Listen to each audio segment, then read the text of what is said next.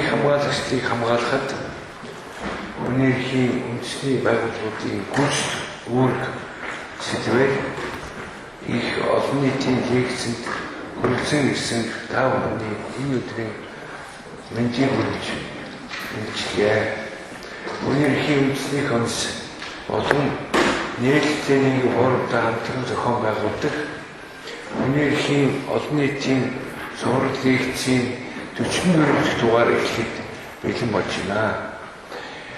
За энэ удаагийн лекцэнд бид нэгдсэн үндэсний байгууллагын хүний эрхийг хамгаалагчдын асуудал тусгай илтгэгч ноён Мишель Форстыг өрн оролцуулж байгаа юм аа.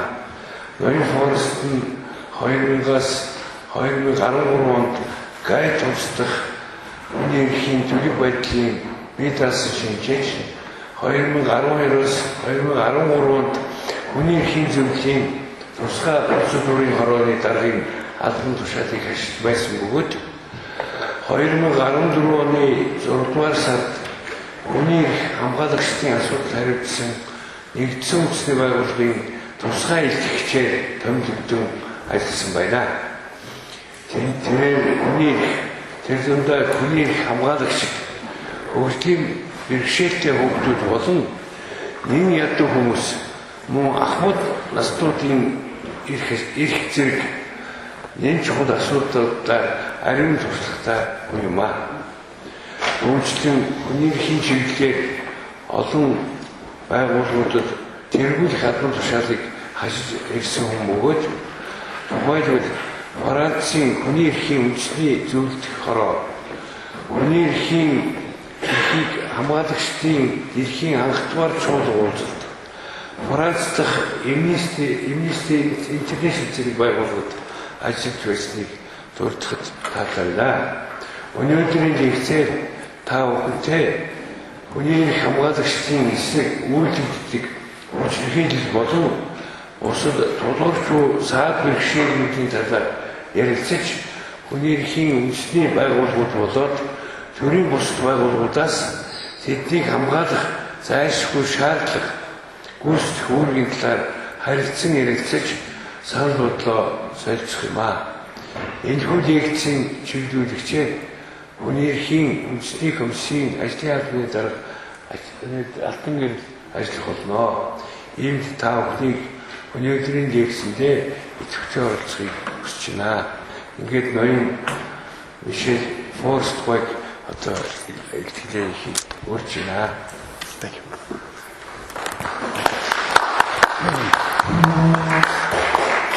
Өнөөдөр та бүгд уулзж байгааг баярлалаа. Өнөөдөр энэ сэдвээр бас ялангуяа хүний эрхийн хамгаалагчдын нөхцөл байдлын талаар илүү их зүйлийг олж мэдээ гэж хүсэж байгаа хүмүүс ирсэн байгаа гэж бодож байна.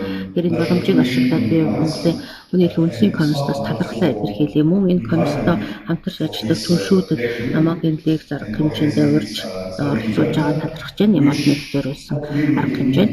За тэгээд энэ бас миний хувьд бас сайхан боломж гэж харж байгаа.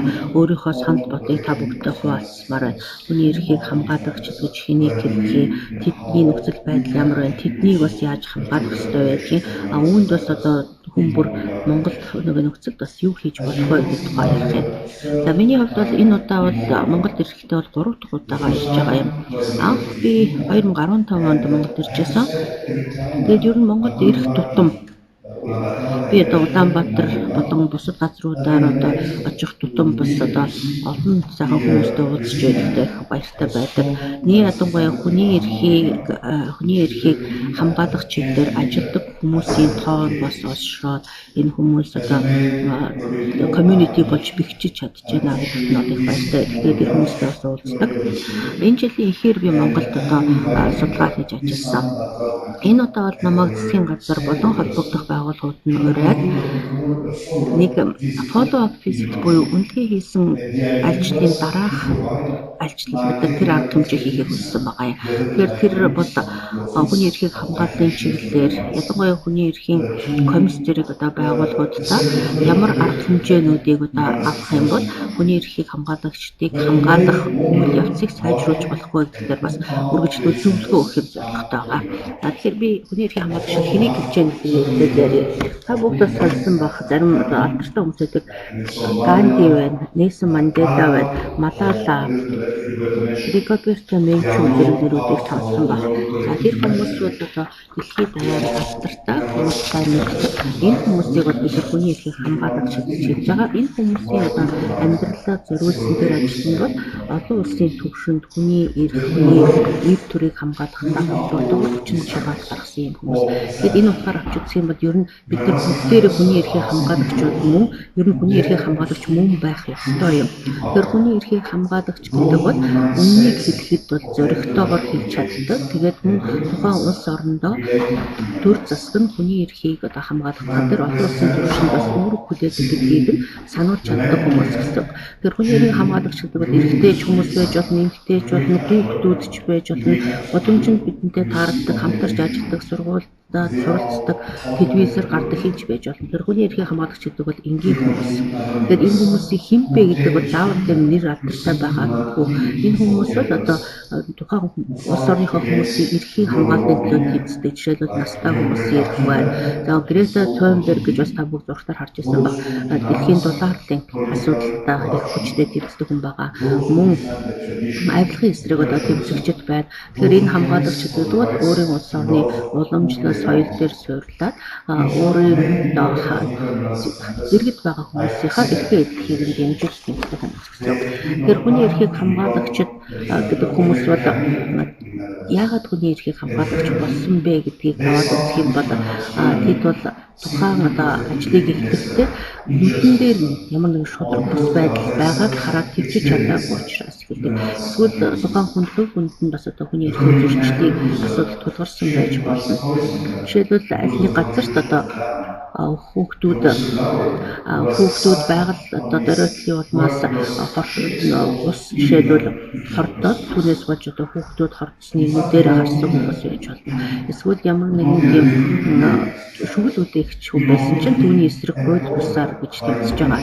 Ийм байдлыг төвчж удаагүй хүн байж болно. Тэгэхээр хүний эрхийг хамгаалагч болно гэдэг нь заавал ийм мэрэгжил эзэмшиж зэрэг эзэмшсэн хүн бол огт биш юм. За энэ хүн бол заавал төрийн бус байгууллагад ажилладаг хүн байх албатай биш. Тэгэхээр энэ хүн заавал хуульч хүн байх албатай биш. Тэгэхээр энэ хүн бол зүрх сэтгэлээр хүний эрхийн төвийн мэдээллийн санаануудыг дэмжиж байгаа хүн болохоос яг энэ хүний эрхийн баримт бичгүүдийг цээжээр мэддэг хүн гэсэн. Тэгэхээр хинч хүний эрхийн хамгаалагч байж болно. За хүний эрхийг хамгаалагч хүн юу хийдэг вэ гэж хатамт энэ хүн өөрийнхөө хандлагаар хүний эрх бол маш чухал. Хүний нэг төртэй амьдрах байдал, мөн шудраг явцыг эдлэх, тэгш байдлыг эдлэх гэдэг энэ бол зайлшгүй байх ёстой бөгөөд үүний төлөө тэмцэж чадвар өөрчлөлт гаргаж чадж байгаа хүмүүс гэсэн. Тэгэхээр энэтэй хүний эрхийг хамгаалагчд нь бол энх тайвны арга замаар энэ идэвхжиж тэмцэлтэй явуулдаг. Тэгэхээр тэр хүмүүс тухайлбал жагсаалд оролцох марш буюу явган алхах зохион байгуулалт мөн онлайнаар өргөгчд петицэд гарын үсэг зурах мөн шүүхтэр хохирогчийг дэмжиж оролцох мөн ксенофобийн эсрэг блог хөтлөх гэх мэтээр хүний эрхийг хамгаалагчдын хувьд бол дотор нь тэр хүмүүс хэн бэ гэж харахаар янз бүрийн ажил мэргэжлийн хүмүүс байна. Оюутан сурагчид байна. Эмнэлгийн ажилтнууд байж болно. Алдартай дуучин хинч байж болно. Тэгэхээр энэ хүний эрхийг хамгаалагчид гэдэг бол тухайн улс орныхоо тэр нийгэм соёлынхоо нэг хэсэг болох бөгөөд энэ хүмүүсийн хувьд хийж буй ажил нийгэмд эзэлж байр суурь янз бүр болно. За хүний эрхийг хамгаалагчдын хувьд хэд нийгэмдээ бас зөрчилтөө гэж тооцогддог эмзэг асуудлуудыг хөндөж ярих юм чадвартай байдаг. Энэ хүмүүс бол тухайн нийгэм тогтсон соёлын тийм шударга бус хэвлэлийн заншлыг бас эсэргүүцэх, тэрийг бусдад одоо ойлгуулах юм боломжтой байх ёстой. Тэгээд хүний эрхийг хамгаалагчдыг заримдаа одоо засгийн газар болон хувийн хуршилт компаниуд бол гутлан дотор нь орсон чулуун мэт саадуулдаг гэж бодоод байдаг. Хүний эрхийг хамгаалагчид бол хүний эрхийн төлөө альва тэмцлийн одоо тэргүй үгнэнд явдаг хүмүүс. Жишээлбэл цаазаар авах ялыг халах хэрэгтэй ч гэх юм. Эсвэл хүний одоо сексийн болон нөхөн өрчхөн эрхийн тэмцлийг одоо дэмжих жишээлбэл. Тэгэхээр энэ хүмүүсийн хувьд бол олон нийтийн санал буюу хөвшин төр санал бодлоос илүү урагшаа атгсан ийм үзэл бодолтой хүмүүс байх нь нийтлэг байгаа юм. Тэгээд хүний эрхийг хамгаалагчдын хувьд бол амьдрал дээр маш их бэрхшээлтэй тулгарч байна. Би Монгол бас одоо анх ирэхэд хүмүүс надад хүний эрхийг хамгаалагчдад ямар бэрхшээлтэй тулгамддаг тухай ярьдаг. Бусад ярьж байсан. Бусад орнуудад бас энэ бас бүр амь насанд нь халдах энэ бүр гэртээ унтж яхад нь хүн явуудаад алуудах энэ ийм юмнууд гарлаа.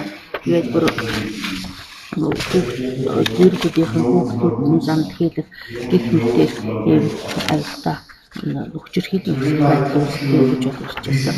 За Монголд би хэдэн хоногийн өмнө ирээд ажилласан байгаа. Тэгэхээр хүний эрхийг хамгаалагчдын эсрэг бас ямар арга тактик ашиглаж байгаа тухай надад хэлж ирсэн. Жишээлбэл нийгэм болон эдийн засгийн талаас нь гарам шахалт учруулах, хамаатан салбарын эсрэг жишээлбэл ажилд ороход нь бэрхшээл үүсгэх, мөн одоо scholarship тэтгэлгээр авахд нь бэрхшээл үүсгэх гэхээр тэр хүмүүс ялангуяа санаа зовлон гол асуудлууд болох авилга болон байгаль орчны хамгаалалтын тухай дуу хоолой гаргахад нь ийм байдлаар одоо шахалт үзүүлэх дарамтлах зэрэг асуудал байна гэж хэлсэн. Тэгсэн ч хүний эрхийн хамгаалагчид бол энэ тал дээр нөхцөл байдлаа юу үндэд зөрөгтэй одоо хийдэг. Юу дэлхийд даяар харахад бол хүний эрхийг хамгаалах чиглэлээр ажиллаж буй хүмүүсийн шүүмжилж буй зүйлүүдийг авч үзэх юм бол нэлээд нийтлэг байгаа. Америкч, Бразилч, Итали, Унгар, Австри, Герман, Филиппин энэ мэдээж бас олон орнууд байгаа. Энэ бүгдд бас сүүлийн үеийн популист хандлага, бусдыг одоо үзэн ядсан хейт спичүүд, мөн яс үндсээр ядгарсан ксенофоби, популизм зэрэг энэ бас нэмэгдэх юм хандлагатай. Тэгэхээр энэ бүгдийн хохирогч нь одоо эмэгтэйчүүд, эдхийн зөөх болсон хүмүүс, нутгийн уугуул иргэд, гадаад сагаач хүмүүс, байгаль орчны хамгаалагчид гэх мэт хүмүүс байгаа. Тэгэхээр ийм хүмүүсийн эсрэг одоо халдлага уулдах, мөн компанид ажил явуулах, мөн эрүүлийн шүүх зэрэг асуудлууд бол гардаг. Тэгэхээр энэ чиглэлээр учруулж буй саадтуудыг аваад үзэхээр үүнд бас одоо захиргааны чанартай одоо дөрвөн журам нь энэ хүмүүсийн эсрэг хүний эрхийн эсрэг байх гэсэн асуудлууд аюултай байдаг. Нүүбийн төвшөнд одоо хүний эрхийн хамгаалалтын чиглэлээр ажиллаж байгаа хүмүүс ч гэсэн бас ийм саад бэрхшээлүүд бол тохиолддог. Тэгэхээр бид нар энэ тал дээр бас чимээгүй байж болохгүй. Угаасаа энэ бүх зарлалтууд улам нэмэх юм бол энэ бидний одоо итгэж байгаа арчил ихтэй юм бол аюултай гэд очруулна. Мөн энд хүний эрхийн хамгаалагчдын эсрэг одоо хадгалгууд гарч байгаа явдлууд бол улс орнуудад бол тохиолдож байна. Үүний эсрэг ядангуяа иргэний нийгмийн байгууллага бас хүчтэй дуу хоолой гаргах шаардлагатай. Тэгтэл тэр тэдгээр эсрэг тэмцэж байгаа талуудыг аваад үзэхээр тэд эрх мэдэлтэй, цэвэн логтой, мөнгөтэй ийм хүмүүс байдаг. Тэгээд бид бас хүний эрхийг хамгаалагчдын эсрэг бидний чагнах зэрэг үйлдэлүүдийг бас хийх боломжтой байдаг. За бид нар сүүлийн үеийн 5 жилийн хандлага харахад улс орнууд бие биенийхээ нэг нэгнээсээ энэ муу зүйлийг их суралцаад муу хуулиуд гаргажээ. Орос улсад foreign agent-ийг эсрэг хууль гэдэг гадаадын агент төлөөлөгч эсрэг хууль гэж бол гаргасан байна. Өөр бусад орнууд ч гэсэн иймэрхүү хуулиуд гаргах магадлал хандлага бол байна. За мөн энд бас одоо зарим улс орнууд иргэдийг тагнаж чагнах юм хөтөлбөрүүдийг бол хэрэгжүүлж байна. Одоо Израиль зэрэг орнуудын Pegasus гэдэг програм хангамж гаргасан байна. Түүнийг Мексик хөдөлсөн байна. За тэгээд энэ бүх улс орнуудыг харахад бол энэ хүний эрхийн эсрэг хийж байгаа ажлыгаа терроризмтай тэмцэх ажил, эсвэл үндэсний аюулгүй байдлын төлөө хийж байгаа ажил гэж бол ярьдаг. Тэгээд мөн дэлхийн олон улс орнууд ийм практикийг хэрэглэх байдал сүүлийн үед одоо нэмэгдэж байгааг та бүгд ч бас анзаарсан баг. За энэ жилийн ихээр би Монголд ирж одоо судалгаа хийсэн гэж ярьсан. Тэр үед хүний эрхийг хамгаалагчдын эсрэг бас яаж эсэргүүцэл илэрхийлж халтаж байгааг бас өөрөөр харсан. За тийм жишээлбэл нөгөө айраг болон сайшин зүүн банкын ойролцоо малчид одоо төвцөл өрнүүлжсэн. Тэгэхэд инхийн аргаар одоо урамсгалын хямралын эсрэг тэмцэж байгаа залуучууд, эмэгтэйчүүдийг бас муу хүмүүс болгож харуулах, бие өндөгчд гэж одоо хэлэх зэрэг ийм асуудал гарч ирсэн. Мөн байгаль орчны хамгаалалт болон ерөн сурвалжлах сэтгүүл зүйн чиглэлээр ажилладаг хүмүүс бэрхшээлүүд тулгамддаг гэж ярьсан. За ийм авторитар диктатур хүний эрхийг хамгаалагчдын эсрэг одоо үйлчилж байна. Мөн зарим одоо компаниуд ийм хийж байна. Зохион байгуулалтаа энэ төлөвлөгөөд бас хүний эрхийг хамгаалагчдын ажиллагааг зохицохыг бол оролцож байна. Тэгэхээр ийм хандлага бэрхшээлийг бол одоо даван туулах нь чухал байна. Ингийн тулд бол хамтын ажиллагаа бол чухал. Түүнээс шиг анхан шатны дээр байгаа хүмүүс ганцаараа тэмцэн гэх юм бол ганцаар дуудах юм арга барилыг бол ашигладаг учраас ийм санааны нэгдэлтэй байх шаардлагатай байна. Би өөрийнхөө энэ хийж байгаа ажилд одоо 2014 оноос хойш ажиллаж байгаа бөгөөд энэ хугацаанд бол иргэний нийгмийн одоо байгууллагууд хэрхэн идэвхтэйгээр одоо бие биенийгаа дэмжиж ажиллаж байгаа вэ гэдэг дээр байгаа вэ гэдгийг бол одоо харж байна. За тэгээд бид бас хүний эрхийг хамгааллын чиглэлээр хүмүүсийг одоо хүмүүс болон тэдгээрийн гэр бүлийг одоо эсрэг хадгалагаас аврахын тулд бас нүүлгэн шилжүүлэх зэрэг юм ажлуудыг бол хийдэг. Үүнийг бас дэмжиж байгаа хүмүүс бас байна. Тэгээд хамгийн гол нь бол энэ хүний эрхийг хамгаалагчдын эсрэг хадгалагууд болон тэднийг эсэргүүцэж байгаа энэ байдлын талаар дуугаа байж болох юм аа. Тэгэхээр бид бол одоо ганцаараа биш гэдгээ одоо харуулах хэрэгтэй. Энэ тал дээр ажилладаг олон улсын болон бүснүүдийн чанартай NGO-нууд, байгууллагууд байна. Amnesty байна, Gulf Center байна, Peace Brigade International, Forum Asia, Human Rights Watch гэх мэт. Тэгээд бид бол тийм олон биш юм л да юм байгууллагууд.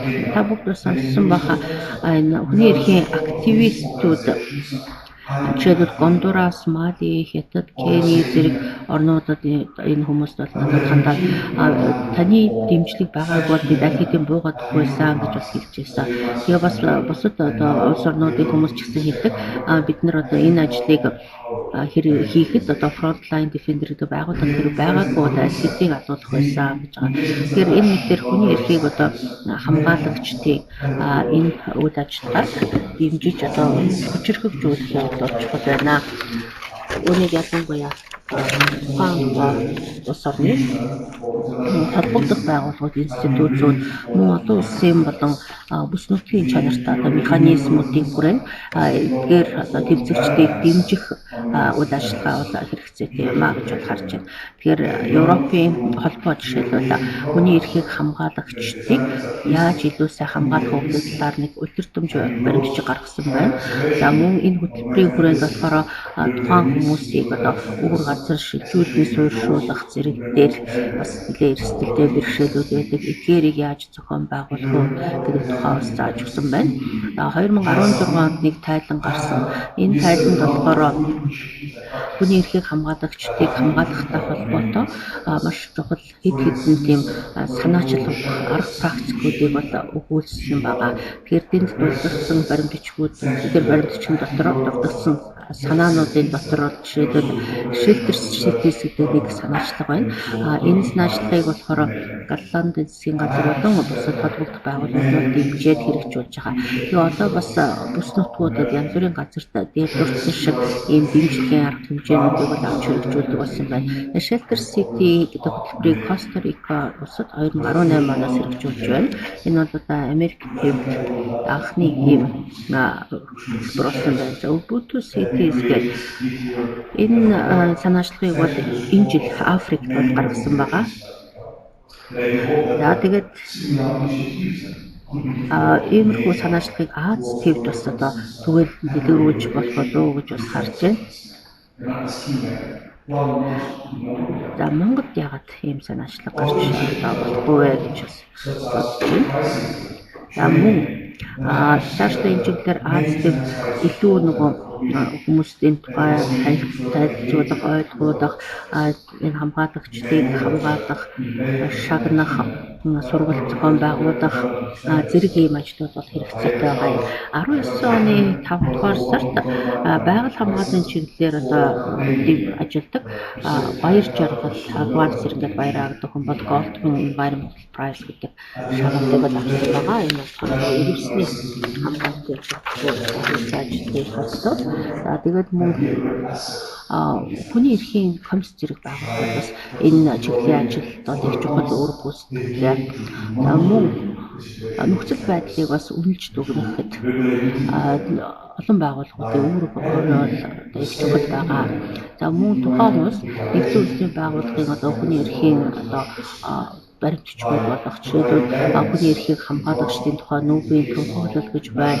Бусад бас баримтчгууд байна. Мөн өөрийн орондоо ч эндийн хууль гаргах тал дээр ажиллах нь бол их чухал юм аа. Тэгэхээр хэд хоногийн өмнө би бас хүмүүст хандаж ярьсан байгаа. Тэрэн дээр болохоор яагаад одоо Монгол улсад тусгай хууль гаргах хэрэгтэй вэ гэдэг тухай санал тавьсан.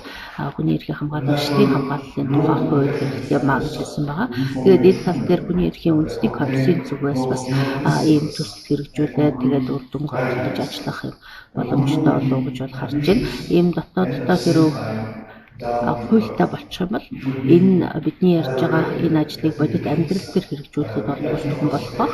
Тэгээд мөн энэ хүний эрхийн хамгаалагчдын өөрсдийнх нь итгэвч чармаалтыг бас хүрнүүлэхэд бас хэрэгтэй болох баг.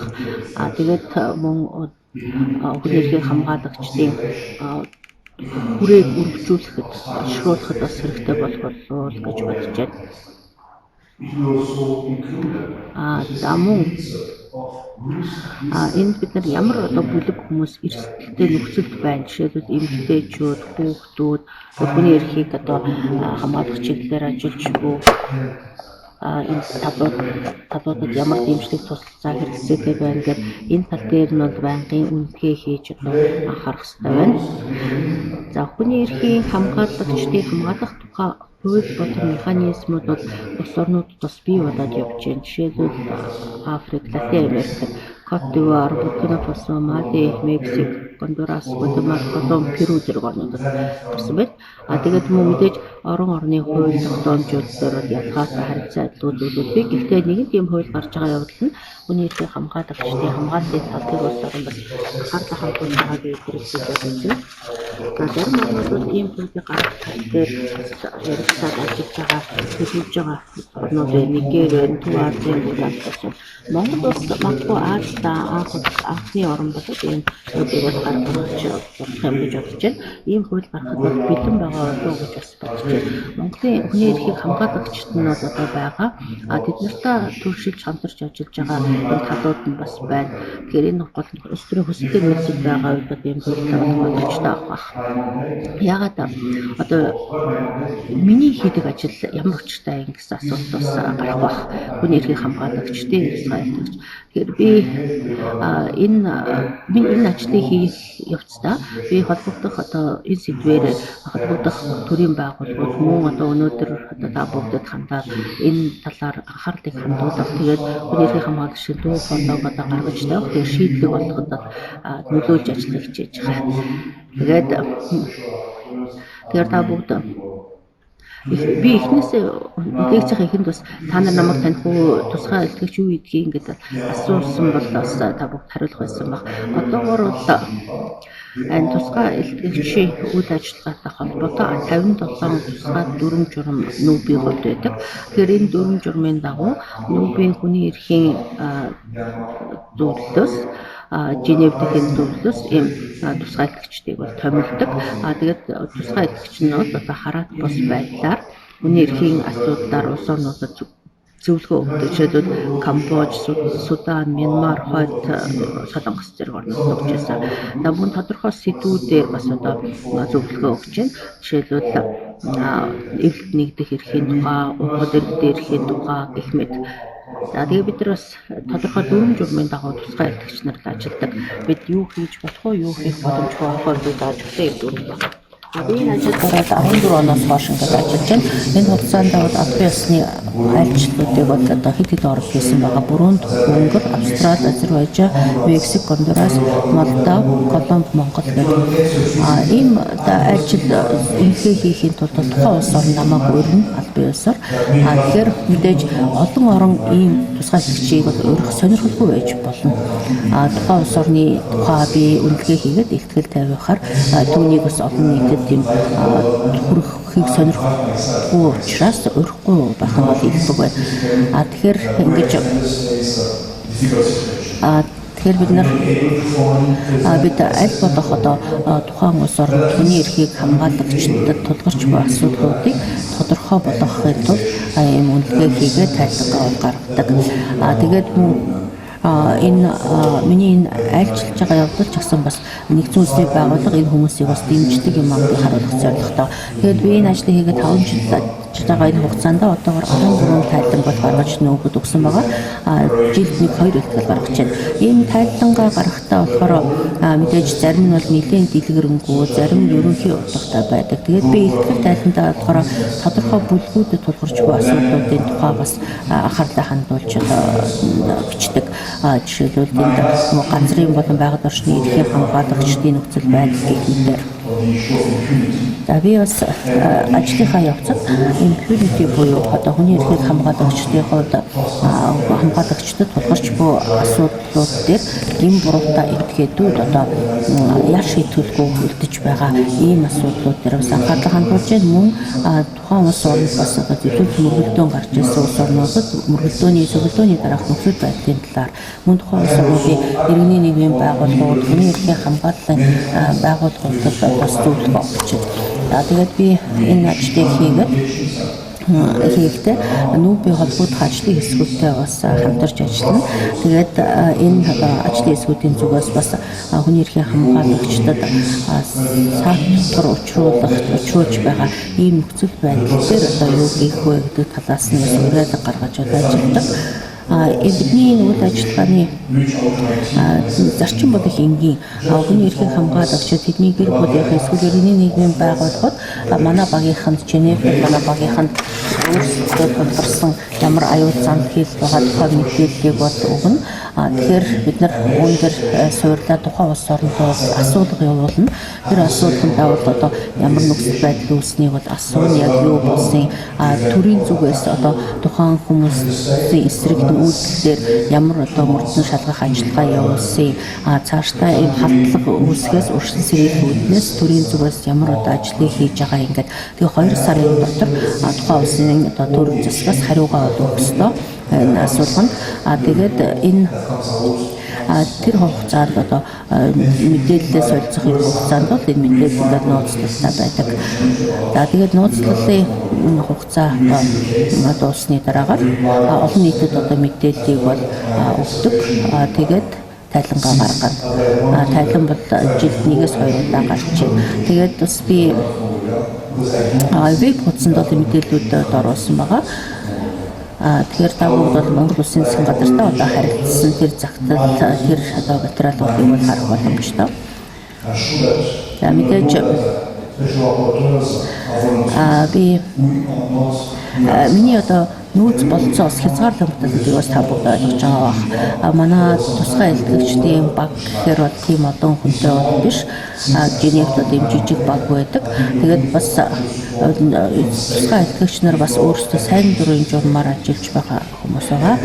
Тэгээд би энэ одоо мандат аваад энэ ажлыг одоо хийж яхад мэдээж усад одоо зарим улс орнуудын дэмжлэг санхүүгийн дэмжлэг тусцаа бас их чухал байгаамаа. Тэгээд өөрийнхөө одоо санхүүгийн боломжийнхоо хэмжээнд улс орнуудад очиж ажиллаад судалгаа үнэлгээнүүдээ хийдэг. За би веб хуудас хийсэн байгаа. Та бүгд энэ Protecting Defenders.org гэдэг нэртэй. Тэр үүнийг үзэж болно. Би бас Facebook, Twitter, Instagram дээр ажиллаа тайлбарнаад явдаг. Тэгээд миний тайлбаруудаа би бас одоо хөгжсөн хэлбэрт оруулаад инфографик материалууд бас бичснийгаа веб хуудсанд оруулсныг үзэж байна. За би мөн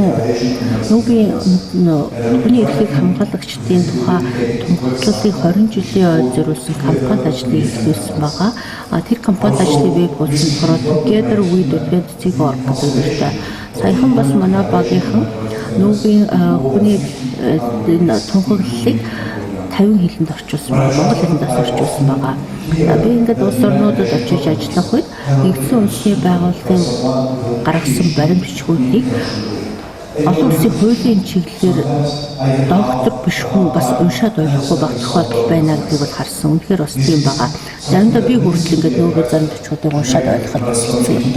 Тэгэхээр бид нар хүний эрхийг хамгаалагчдын асуудал, хүний эрхийн чиглэлээр одоо энэ ойлголт яриануудыг аль болох олон нийтэд тийм түгээмэл хүртээмжтэй болох вэ гэдгээр бас анхаарах хэрэгтэй байна гэж бодож байна. Эсвэл энэ бол тийм элит клубын ярианы сэдв болж хувираад байна. Тэгээд бас бид нар би одоо энэ материалуудыг өөрийн сурж гарсан материалуудаа хүмүүст илүү ойлгомжтой тусдагхан болох хэлбэртээс оруулж хурж байна. За та бүгд мэдж байгаа бидний одоо зохион байгуулж хэрэгжүүлж байгаа энэ ажиллагаа бол тодорхой үр дүнд хүрчихсэн.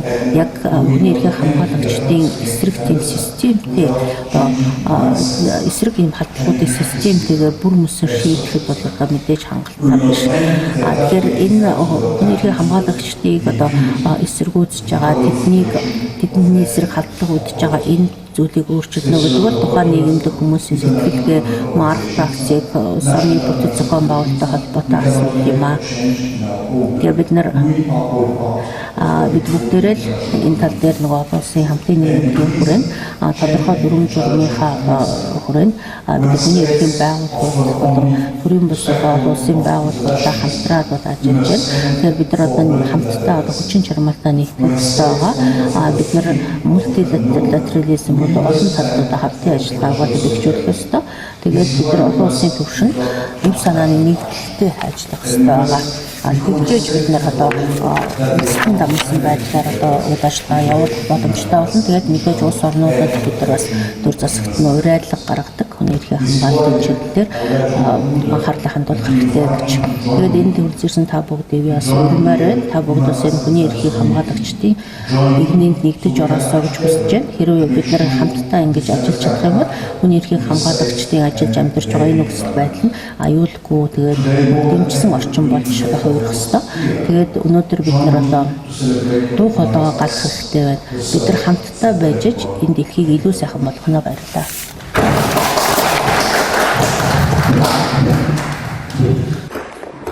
За нэгдсэн үндэсний байгууллагын хүний эрхийн хамгаалалтын асуудал орсон тусгай илтгэгч ноён Мишель Буурстан талархлаа. Тэгэхээр хүний эрхийн хамгаалагч гэсэн энэ статус маань ямар өргөн хүрээтэй ойлголттой хувь хүмүүс хүлээг нийтлэгүүд, иргэний нийгмийн байгууллагууд болон одоо босод төр засгийн хуулиар өөрчлөлт хүмүүсийн хамгаалсан өргөмөрөндөө олж бөгөөд бид хүмүүс дээр бас хүний эрхийг хамгаалж байх энэ чиглэлийн үйлдвэрч хамтран ажиллах шаардлагатай дэлгэрэнгүй танилцуулсан тодорхой жишээ баримттай уран зориулсан ийм сайхан илтгэл танилцуулга боллоо гэж бодож байна. Тэгэхээр танд бас ийм сайхан мэдээлэлээс талхаж байгаа байх дахин илэрхийлье. За мөн нөгөө талаас бас Монгол Улсын хүний хүнсний комиссийн урилгыг хүлээж авч хүрэлцэн ирсэн одоо нийт олонцогч 5 хүнээ бас талхаж байна. Тэнд одоо бас Монгол Улсын хүний хүнсний комисстэйгээ хамтран ажилладаг хууль сахуулах байгууллагын ажилтнууд, замун одоо хууль цогцлогийн яам, нэгдсэн үндэсний байгууллагын одоо ажилтнууд, судлаач, инженер сургуулийн багш профессорууд, замун оюутан судлаач, иргэний нийгмийн байгууллагын төлөвлөлтнүүд, замун хүний хүнсний комиссийн одоо ажилтнууд гэдэг олон талын төлөөлөлд хүрэлцэн байна. Тэгэхээр одоо бас энэ нэгдсэн үндэсний байгууллагын тусгай гэсэн одоо том мандатыг төлөөж Монгол Улсын маань ажиллаж байгаа жишээлбэл одоо тусгай хэвчтэй уулзж байгаа талаар тохиолж таагаад асууж ярилцах, давлах ийм зүйлс байгаа гэж надад бодож байна. За үүний асуулт хариулт хэлхүүн дээр тавчхан энэ жишээлбэл тусгай хэвчийн 9-тэй холбоотой бас Монгол Улсын гадаад хэргийн яам, за хүний хүнсний комисс, нэгдсэн үндэсний байгууллагын суурин зохицуулагчийн газар болон иргэний нийгмийн байгууллагууд хамтраад олон цуглаан хэмжээнд зохион байгуулж байгаа. Гол одоо 9 сарын 4-5-ны өдрүүд бол яг хүний эрхийг хамгаалах нь хууль зүйн баталгаар сайжруулах зүйлээр одоо 2 өдрийн зөвлөлт хууль зохион байгуулаад түрүүн илтгэгчийн одоо мэдээлэл дурдсан Монгол Улс хүний эрхийг хамгаалагчийн хэцүү байдлын тухай хуулийн төслөөр Монгол Улсын гадаад харгын сайд улсын хурлын гишүүн тогтоодын одоо санаачлж байгаа мөн хүний хүнсний комисс болоод төсвийн байгууллагын одоо оролцоотой боловсруулсан хуулийн төслийг илүү одоо босронгуй болгох чиглэлээр яриулсан санд одоо авах уулзалт зохион байгуулж байна. За мөн 9 сарын 4-ний өдөр хүний эрхийг хамгаалагчийн талаар одоо кино хөлцүүлгээд иргэний нийгмийн байгууллагууд болоод фильмүүдийн ажлуудыг боловсруулсан бас уулзалт зохион байгуулсан. За өнөөдөр ингээд бас олон нийтийн зээлсгээд 3 тарах хэмжээнд бид бүгдийн оролцоотойгоор явуулж байна. Ингээд одоо та бүдийг Мишель Хорст тусгай хэвчээсэн өөрсдөө сонирхсан асуултаа асуулт мөн байр суурь илэрхийлж зөвхөн орсноо үзэж байна. За ингээд асуулт асуух хүмүүс та бүхэн орчуулгатай явж байгааг харгалзаад микрофон ашиглаад өөрийн одоо нэр байгууллагаа танилцуулаад асуултаа асууж явах хэлье. За бидний одоо төлөвлөсөн хуваарьсаар бол 16 цаг 30 минут хүртэл одоо асуулт хариулт хэлцүүлийн санамд болохоор та бүхэн бас цагаа барьдаг. Тодорхой өсөж явдаг асуулт асууж саналаа хэлж байна. Монгол Улсын хүний эрхийн талаас хамгаалагчийн талаар анхааралтай ажиллагаад бас баяртай. Манай Монгол Улсын хүний эрхийн хамгаалагчдын хүний эрхийн асуудлаас нэмэлт ажилладаг хүмүүсээ бидний өөрөө нааш гэдэг иргэн мөрөө яг ихэнх одоо коммуникашн гэж бодож байна. Тэгээд би өөрөө хүний өөрийн тохиолдсон асуудлаас болоод мөн бас хүний байгууллагад бас нэг ажиллаж байсан юм дээ. Тэгээд нөгөө хүний асуудал гэхээр бүгд асуудал талаас нэг асуудал өрнөжсөн асуудал үүсэж ирж байгаа. Тэгээд энэ нөгөө манай төрийн улс төрийн өсөлт зорилгоо бас явуулсан байгаа. Хүний хамгаалагчтай юу хүний асуудлаар ярилцах асуудал дээр энэ дээр ойлголт багтай. Тэгээд бас энэ дээр итгэдэг сайн ажилладаг гэж хэлэхгүй. Ер нь бол манай хүний эрхийн комисс, үндэсний комиссууд энэ хатгахтай ажилладаг. Харин тэр нөгөө яг ажиллах хүрээлж хязгаарлалт нь одоо хэсгийн нийгмийн ажиллаж зөвхөн хөрөнгөний хэрэгцээ төсөлд анхаарал тавьж байна. Тэгэхээр нөгөө системаар жаахан өсөлтөд томоотой. Тэгээ энэ дээр юу ч хэлэхдээ юм бэ? Бас өөрөөр ажилласан гэдэг юм тантай бас уулз боломж бас тэр бол их хүмүүс болоод байгаа. Тэгээд манай өнөөдөр 460 гаруй гэдэг энэ төрөлж байгаа хүмүүсийн чинь одоо 18-аас 20 насны өсвөр насны одоо улсын хэмжээний баримттай гэсэн 18-аас 21 насны их хэвлэлийн байгууллагад гэсэн өсвөр насны standard нэлээд тэгээд энэ өсвөр насны залуучууд энэ хэрэг асуудал юм шиг байна. Тэгээ өсвөр насны онцлог энэ байдлыг хадгалцаад одоо 18-наас 20 насны одоо залуучууд 460-ээр ханддаг болов. 400 мянган залуучууд байна. Тэндээ яг энэ бол тодорхой онцлогын үр гарсан тоош. Тэгэхээр энэ залуучуудыг одоо хамгаалах асуудалтай бүх манай Монгол улс тэгэхээр хэрэгтэй. Энэ амьдралд одоо хөдөлгөөн хийж байгаа залуучууд ямар нэгэн гэнэ томоогүй байдлаас болоод ямар нэгэн асуудал холбогддог. Тэр асуудлын юмсан хабарч гэдэг энэ шүүх одоо болохоор дагуулад одоо залуучуудын шүүхтэй нэг багны эцэг нэг дибэт шүү дээ. Систем болохоор энэ байдлыг нэг хадгалсан юм байна. Бас намайг зөвлөмжөнд ирсэн энэ шүүх гэдэг бас энэ залуучууд хадгалсан тийм зөвлөмж өгч ирсэн бас байгаа юм. Тэгэхээр энэ залуучуудыг гэсэн юм бид ирээдүйн залуучуудаар төсөж чадахгүй олон ирээдүйн нэгсэн харагдахгүй гэж би боддог. Тийм учраас энэ залуучуудаар хатгаж өгч манай залуучууд бас тэр асуудал хэцүү байдаг. Энэ сэтгэлзэн асуудал. Тэгээд өөрийн хүний асуудлыг бас тань хэрвээ энэ заавал гадаад толгойн өөрийн хагасаас үсэлтэй. За баярлалаа. За би ч н одоо маргааш явчихж байгаа юм. Монголоос явчихна.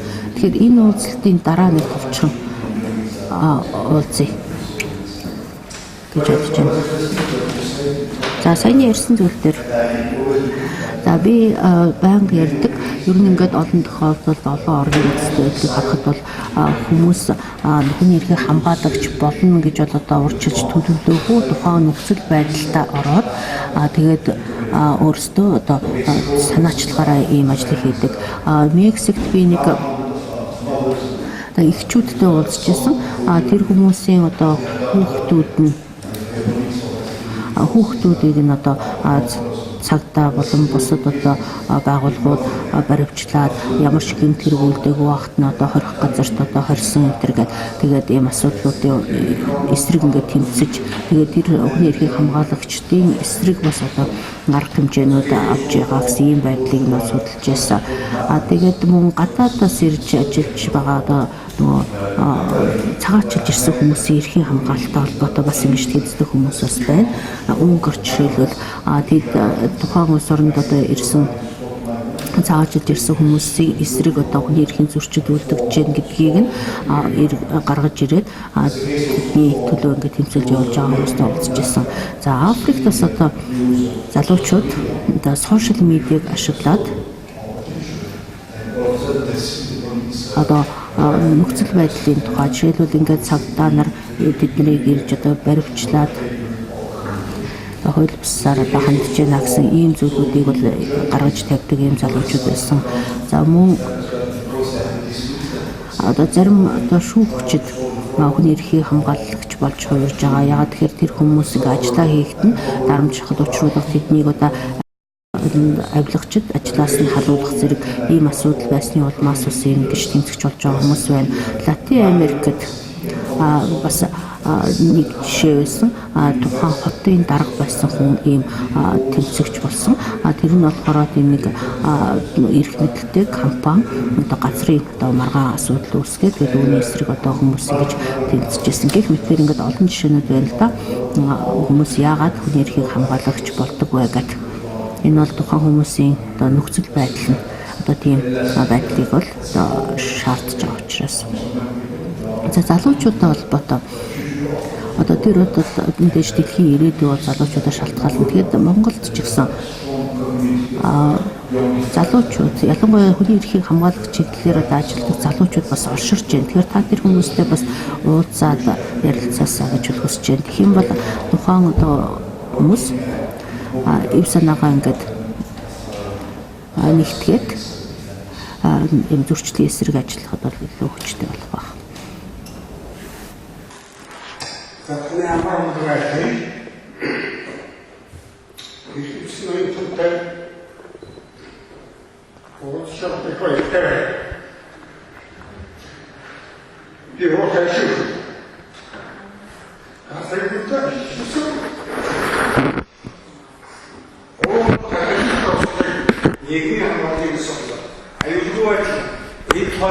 манай Монголоос авч хэлчихгүй. Одоо Монгол өнөөдөр метр 100 мянга шууд хашаа хийж байна. Гасрын хүнд байна, илүү хайр байна. Эднэрт ер нь нийгмээс ер нь энэ хамгийн одоо доод түвшин байна. Эдний эрүүл мэндийн план хачаад байгуулгын маш муу ажил хийж байна. Эдний ер нь яаж сайжруулах вэ? Энэ боломж байна. Нэгдүгээр. Хоёрдугаар асуудал энэ Африкийн Умтавын мөртөөрөөс Зимбабве, Нигери, Ушак, Кenya энэ үсэн хашдуулсан шиг юу нэгсэн хамгаалж чадж байна. Энэ медицинтэй одоо дэмжлэгтэй байна уу эсвэл өөртөө их тэмцэлийг яатаа байна. Том багтаа амжилтыг олсон медицинтэй хараад байна. Энэ 12 ярьж 10 мөн Орбах Индонезия, Филиппин, Хятад энэ зэрэг улсууд өрнө ажил хүнийг эрхцэн байдлыг ямар ч зэрэг юм бэ. Дэвш таваар энэ үсэд их төр гайг төвшөнд эрхэн хуулиар хамгаалж чадаад байна. Энийг мэднэ. Манай хамгаална яагаад одоо өндөр шагнам услахлаараа энэ далай мөн энэ Филиппин, Индонезийн улсуудын одоо сэтгэл жишээ хийх байхгүй юу? Өөрөөр тэдний синданд байгаа хонор ярих гэдэг бид ерөөсөө боломжоор ажиллах хоног ярих гэдэг байна. Энэ улсуудын төрөлхөшин хөдөлгөөний эрхшээл яаж хамгаалж чадах вэ? Энэ ер нь тайлбар байна уу? Нэгдүгээр, хоёрдугаар дөрөвдүгээр тантай цаагаад байна. Тан бэкпосны хэлдэг тэр би маш таштай. Энэ маш хамаасаа байгаа. Би хот хийсэн одоо энэ социализм мэдхгүй. Энэ ууштай ямар ч нэг болж байгаа яаж хийж хийхгүй. Таатын явдаа.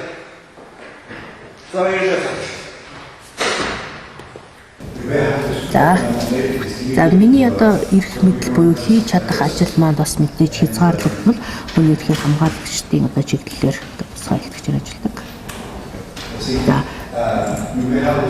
За миний түрүүний лекцээс ойлгосон баг миний одоо хүний эрхийг хамгаалагчдын талаар ажилтдаг тусгай илтгэгч гэдэг энэ чиг үүрэг мандат манаас мэдээж хязгаарлагдмал. Тийм би өөрийнхөө зүгээс болохоор хүний эрхийг хамгаалагчдын нөхцөл байдлын тухай ингээд судалж мэдээд түүнийг одоо илтгэл тайлан болгож харгадаг. Уулуурхай салбарт ажиллаж байгаа хүмүүс мөн тэдгээр хүмүүсийн эрхийг хамгааллын төлөө ажилладаг хүмүүсийн эсэргүүцэл үзүүлж байгаа хандлага бол их байдгийг бол мэднэ. Тэрийг бол тэр компаниуд болон төр засаг нь болон бусад хүмүүсийн зүгээс одоо ийм асуудал гаргадаг. Монгол жишээлбэл би говьд одоо очиж ирсэн. Тэгээд одоо тэнхийн малчдын санал бодлыг бас сонсч ирсэн. Тэр үед бол нөгөө уурхад ажилладаг хүмүүсийн асуудал гэхээс илүү тэр уурхаг эсэргүүцэж байгаа хүмүүсийн эсрэг одоо халдлага үлддэг зэрэг асуудлын тухай ярьж байсан. За тэгэхээр би бол зөвлөгөө өгдөг. Ингэхдээ болохоор яаж зохион байгуулалтаар одоо тэмцлийн ажлаа өрнүүлэх үү? Мөн эвлэлд нэгдэж одоо мөн үйлдвэрчний эвлэл зэрэг байгууллагуудыг одоо байгуулж ажиллахын ач холбогдлын тухай бас таниулдаг. Тэгээд мөн тулгарч буй одоо асуудлуудаа шийдвэрлэхэд төлөө хамтран ажиллахын одоо арга барилуудыг бас бичдэг энэ тухай. За нүүгийн байгууллагуудын хувьд нүүгийн байгууллагууд бусад олон улсын байгууллагууд бас энэ тал дээр бас дэмждэг. Жишээлбэл олон улсын хөтөлбөрийн байгууллага ILO гэж байгаа. Тэр байгууллага болохоор ажилчдын амьдрал нөхцөл байдлын талаар бас зөвлөмж гаргаж дэмждэг. Тэгэхээр иймэрхүү байгууллагууд руу бас одоо хандхан зүйтэй Монгол улс Монголын үйлдвэрчний эвлэл энэ ажилчдын эрх ашигыг одоо хамгаалах тал дээр мөн олон улсын хөтөлбөрийн байгууллагатай бас холбоотой бас ажилладаг. За эцэст нь хэлэхэд манай веб хуудас болон сошиал медиа дээр байгаа хаягуудыг хүний эрхийн комиссаас аваад зэрэг би хүний эрхийн комиссийн одоо комсод энэ өөрийнхөө веб болон мэдээллийнхаа линкүүдийг өгч байна. За тэгээд сэнтэ жилийн ирэх яг сүүлийн үйл мэдээлэл хийж байгаа. Тэгээд танаас асуух 3 асуулт байна. За хүүхдийн зүгээс асуух ихний асуулт гэх юм бол за нэгдсэн улсын байгууллагын хүүхдийн коммуницийг нэмэлт 1-2 протокол гэдэг. Эхний 2 протокол бол хүүхдийн гэмт хэрэгээс өрчсөн гэдэг юм. Тийм протокол гэдэг. Харин 3-р протокол бол харилцааны процессыг буюу мэдээлэл хүлээн авах журмын тухай тийм протокол гэдэг. Гэхдээ яг нэмэлт 3-р протокол дээр яг Монгол улсын зүгээс хийж байгаа зүйлийг одоо хүүхдүүд юусэн олж харахгүй. Жишээлбэл наацхан гэхэд legal info гэдэг нэгдсэн тийм хуулийн бид нар тийм сайт гэдэг. Тэрэн дээр эхний 2 протокол нээж яг сүүлийн яг 3-р протоколын юусэн орчуулгууд байдаг. Тэгээд магадгүй бидний эрх зөрчигдөд тэрийг орон нутгийн хувьд шийдвэрлэж чадахгүй байвал бид нар нэгдсэн улсын байгууллагын хэмжээнд өөрсдийнхөө эрхийн зөрчлийг мэдээлэх бүр бас тийм протокол гэж хүүхдэд авах юусэн Монгол улсын энэний тал дээр ямар нэгэн зүйл хийдэггүй баггүй. Тиймээс та яг таны зүгээс яг нэмэлт 3-р протоколыг хэрэгжүүлэх тал дээр нөлөөлж чадах уу гэж эхний асуулт асууж байна. За харин 2-р асуулт гэх юм бол за хүний эрхийн хамгаалагч хүүхдэд тулгымцсан асуудлыг за таны 2-р ажлын хүүхдүүд бид нар уулзаад бүр нэг хийжсэн. Тэгээд хүүхдүүдийн яг нэг гол тулгымцлыг нэг асуулт гэх юм бол томчууд хүний эрхийн хамгаалагч хүүхэд том хүн хандаад өөрсдийн асуудлыг ярьж байгаа тэр хүн үйл ашиг утга төгөлдөг бос одоо нэр төдий оролцуулах эсвэл бүр тоогож өгөх хүүхдүүд юу гэдгийг гэсэн байдлаар харьцаад бидний томчууд хандхад бидний тань мөрчээд байдаг байхгүй. Тийм учраас яг ийм үед зөндөө тохиолдог ийм томчууд бидний тоохоо одоо танд хэрхэн хандаж болох вэ? Танд хандаж энэ асуудлуудаа шийдвэрлэж болох уу гэж хоёрдугаар асуулт. Тэгээд 3-р асуулт гэх юм бол Монгол одоо бидний амьдардаг энэ бас яг хүүхдийг яг шууд байж аваад очиж зохицуулаад хүүхдийн эрхийн зөрчил гэж ер нь хүмүүс тэр бүр ойлгохгүй. Жишээлбэл багш нар та миний эрхийн зөрчил гэж би чамд зохиод байна уу задаад байна уу чи эрхээ гэж ярьж байгаа чи ихэнх үүргээ биелүүлж гэх зэрэг бид нар тийм шүү байгаад байхгүй.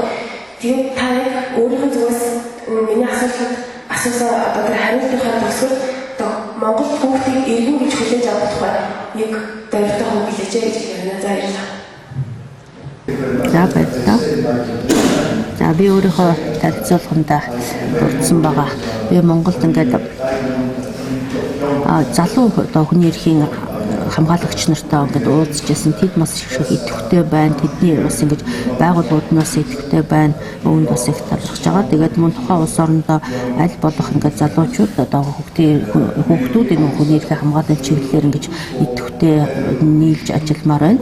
Тэгээд хийсэн ажлаа хүмүүст хүргэх мөн одоо дэмжлэг авах тал дээр бас анхаарах хэрэгтэй байгаа. Түрүүн бас ярьж байна. Одоо нүүбий хүүхдийн эрхийн одоо конвенц болон протоколууд байгаа. Тэгээд мөн конвенцийн хэрэгжилтийг үнэлэх тал дээр бас одоо хороо ажилладаг. Тэгээд хэдэн жилийн өмнөөс би бас энэ нүүбий хүүхдийн эрхийн конвенцийн одоо мониторинг үнэлгээний хороотой бол хамтраад бол нэлээд ажиллаж байна. Тэгээд залуу хүүхдийн хүний эрхийг хамгаалагчдын хамгааллын тал дээр хэдэн жилийн өмнө бид нар бас Женевт энэ талаар бас хурал зохион байгууллаа. Тэнд бол хүний эрхийн хамгаалагч хүүхэд залуучууд гэдэг маш залуу хүмүүсээс олон зуугаараа ингээд цугларсан байгаа дэлхийн олон орны. Тэгээд тэр үеэр бол улс орондоо яаж одоо үйл ажиллагаа зохион байгуулж ажиллах уу гэдгийг бас зөвлөдөж ярилцсан. Тэгээд бид нар бас бусад байгууллагатай хамтраад нэг веб хуудас гаргасан байгаа. Тэнд нэмэлт материалуудыг бол харж болно. Тэнд нүүбийн хүүхдийн эрхийн хороо болон бусад олон улсын чанартай ажилладаг байгууллагууд залуу хүний эрх хамгаалагчдын ажлыг одоо дэмждэг тухай мэдээллийг бас авч болно. Нүүбийн одоо баримтчгүүдийг бас одоо монгол хэлний болон гадаад хэлэнд ингээ орчуулахдаа бол мэдээж бүгдийг нь бас ингээ орчуулж амждаггүй. Тэр хүүхдийн эрхийн конвенц болон протоколуудыг аль болох ингээ олон хэлэнд орчуулдаасаа гэж бол одоо би хүсдэг. Тэгээд түүнийг бас хүмүүст одоо ойлгуулах хүрэх тал дээр бас анхаарах хэрэгтэй гэж бодож байгаа. Тэгээ манай Хүний эрхийн одоо үндэсний комисс болон бусад одоо түншүүдийн зүгээс хүүхд эрхийн конвенц түүний протоколуудыг олон нийтэд хүргэх тал дээр бас одоо идэвхтэй ажилласаа гэж бодож байна. Мөн хүүхдийн эрхийн хороо гэдэг нүүб дээр байгаа энэ хороон дээр одоо гомдол мэдээлэл бол өгөх болцоо бий. Тэгээд тэр өгж байгаа гомдол мэдээллийг бол одоо веб хуудасаар нээлттэйгээр ингэж өгж болдог. Үүнийг ашиглаж болно. За би яс төрүүлжсэн миний нөгөө өөрийн чиг үүрэг мандат маань хязгаарлагдсан бол тэгээд нүүбийн байгууллагуудад бол улс орнуудын зүгээс бол төдийлөн их тийм материал өгөх залуу хүний эрхийн хамгаалагчдын нөхцөл байдлын тухай мэдээлэл өгөх явдал бол бас тийм их түгээмэл биш байгаа. Тэгэхээр аль болох их идэвхтэй байж энэ талаарх мэдээллийг ингээ өгж явах тусам би үзүүлэх дэмжлэг бол урган болох юм. Таны өдрийн дөрвийг за би бол бизнес цэгийн мэдээллийн сайтын эрхлэгч сэтгүүлч юм байна. За цаг үе болсон цаана хэлэх болж байгаа чиглэлээс барьж Хүний хүмүүсийн консалт болон баярлалаа. 3 сая асуулт байна.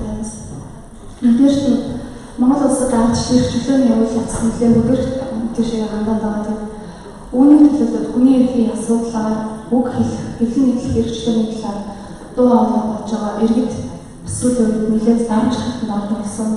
Сошиал байгууллагууд, шүүх цагийн байгууллагууд тэдний эрхийг бүрдүүлгээр хайлтж хэлсэн. За энийг бол тухайн аймаг бол өөрөөсөө цахим хугацаар илэрхийлж байгаа гэж одоо олон нийтийн тийм айх хүрхгүй байгаа учраас хэвлэлийн салбарын тэр дундаа сэтгүүлч бид дуу хоолойгоо орж хийж байгаа. За ингээд эдгээр хүмүүсийн төлөө яваад тэгэхээр одоо сэтгүүлчдад хэвлэлийн төлөв байгууллагууд бас дарамт хат нэлээд хийрдэг.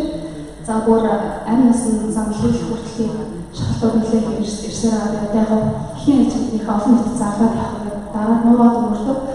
За сүүлийн үед бол утасны дугаар 3 сар одоо барьж болох хэмжээнд хүртэл эрх зөрчилдөж хийсэн.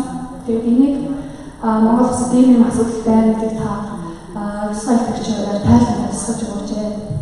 Дээрээс нь хүний эрхийн хамгаалагчдын талаар Монгол улс тусдаа хуультай болох ёстой гэж түрүүлсэн чинь Арсын хазаан зэрэг энийг бас хэрэгжүүлэх шалтгааны нэгдсэн үндэсний байгууллагын зүгээс санал тавиад үйлдвэр ажил болох юмснаас нэлээд анхаарч өгч гэж хүсэж байна.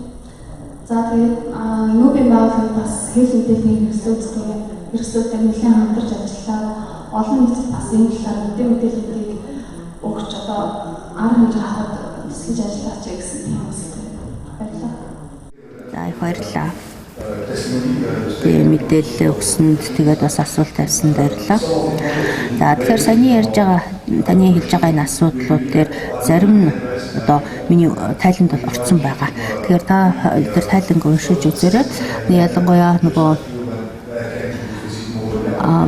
энэ өнгөрсөн одоо хавар ингээд Монголд ирээд хийсэн үнэлгээнийхээ одоо мэдээллийг бол оруулсан байгаа. Тэгээд эх 11-р сард энэ тайландаа би энэ удаагийн альчлалынхаа мэдээллүүдийг бас нэмж оруулна.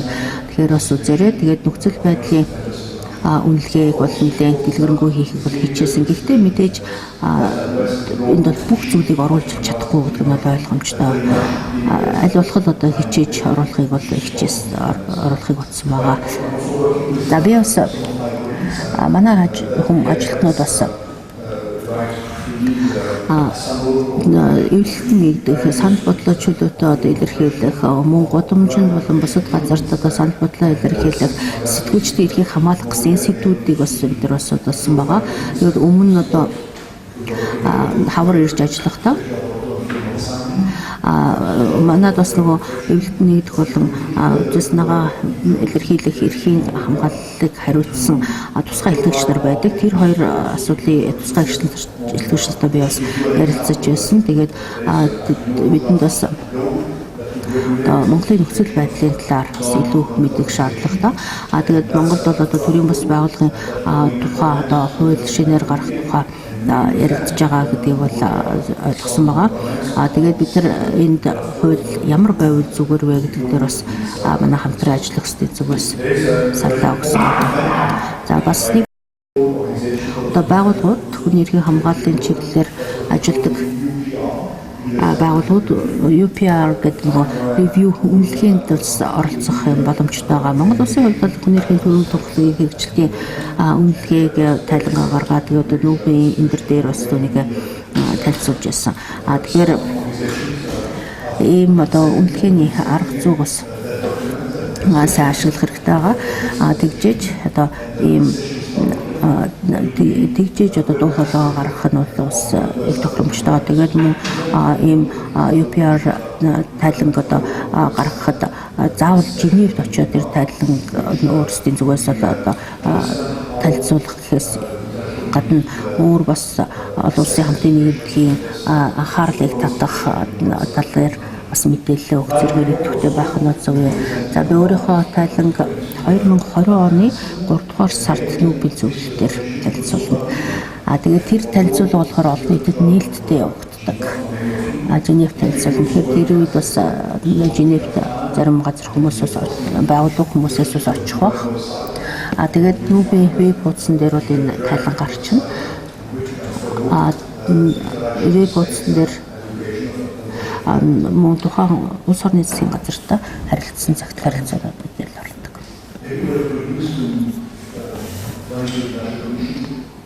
За үндэсний комиссийн зүгээс тэр веб хуудсны нэрийг бас хүмүүст заагаад өгчөрөө. Тэгээд интернетээр лайв каст байгаа. Тэрийг бас оруулчихараа. I have some very questions for you. Гурван асуулт. Саяны асуулт болохоор нөгөө 5 сард Монголд ажиллахдаа зүгдүүлчихсэн.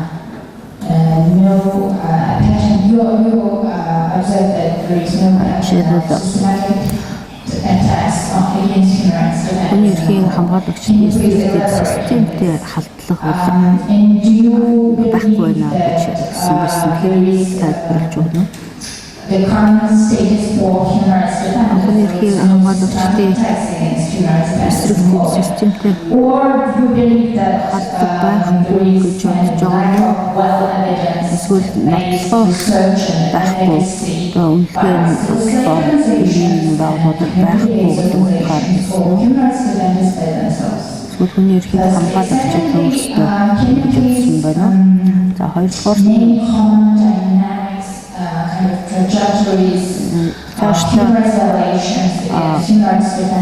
хүний эрхийн хамгаалагчдын эсрэг одоо Монголд болон зүүн өмнөд Азиас ямар хандлага бий болох ягаад зүүн өмнөд Азийн улс орнууд руу ингэж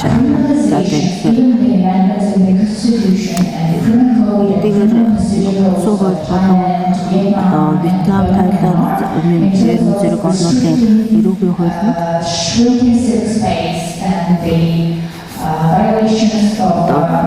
заалтууд орж байгаа ч гэсэн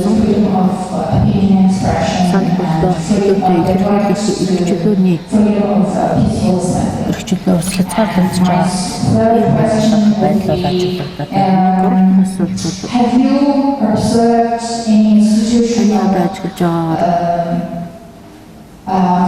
violations, human rights violations, of the rights to opinion expression, and freedom of peaceful assembly and voting. What do you believe that, what kind of tools, as you mentioned in your speech, that about this transnational action of human rights defenders, what specific tools can be for global human rights defenders movement around the world to protect their rights also on behalf of the marginalized and underprivileged people who don't have any access to legal aid? Thank you.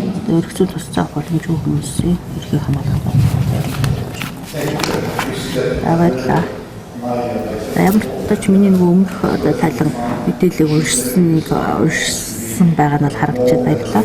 Тэгээд дараагийн мэдээллүүд маань их детальжсэн илүү дэлгэрэнгүй болох баг. Энэ тайлан гаргаж явах явцдаа би бас авсан мэдээлэлээ дахин баталгаажуулахыг хичээсэн байгаа. Төрийн байгууллагууд бас холбогдох мэдээллийг бас дараа нь өгсөн байгаа. Би төрийн бас байгууллагуудаас үндэсний комиссараас үнэр хүмүүсийн комиссаас энэ мэдээлэлээс авсан байгаа. За ихний үнэлгээний хувьд бол энд бол би юу гэж хэлсэн бэ гэхээр одоо танаа орн хүний эрхийг хамгаалагчдын эсрэг системтэйгээр удаад дараалан байнгын тогтолцооны хүрээнд ингэж хадлага үлддэг орн биш гэж хэлсэн байгаа.